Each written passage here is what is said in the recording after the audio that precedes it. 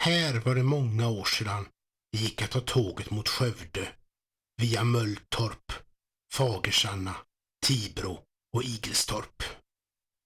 Järnvägen, den öppnades som statlig järnväg 1876 och byggdes mycket för fästningsbygget i Karlsborg. Och den kom ju även att få stor betydelse för Vanäsverken, den stora ammunitionsfabriken som tillkom 1887.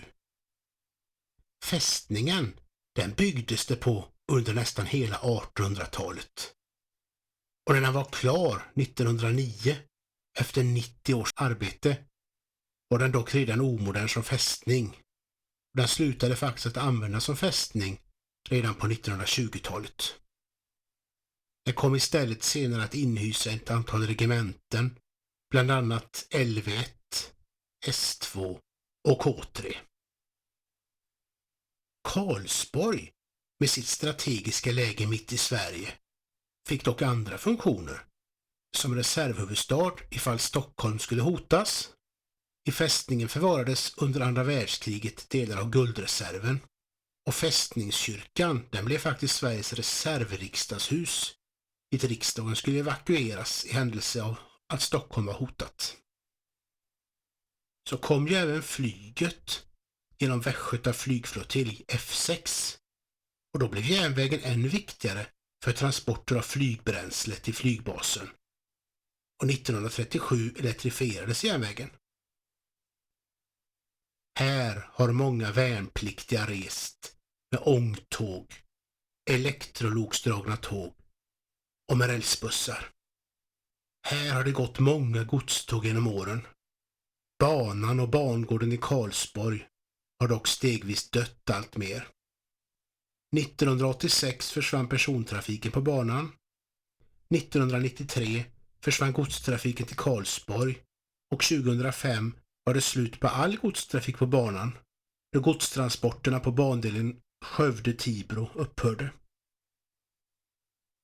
Stationen sover medan sly och ogräs allt mer övertar bangården.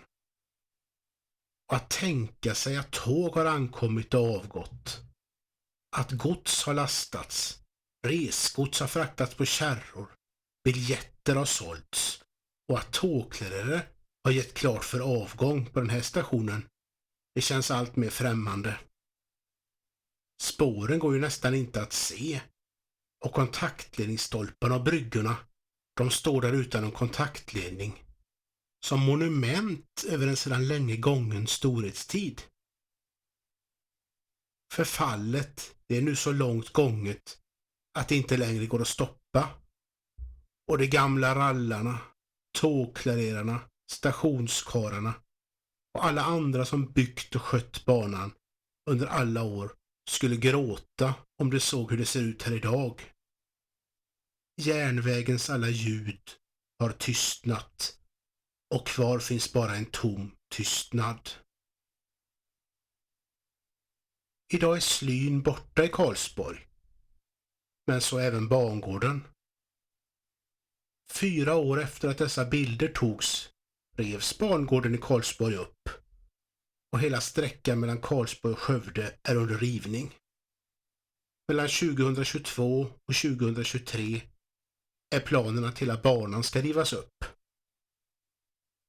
Många års uteblivet underhåll har varit raka spåret in i järnvägens slutgiltiga död.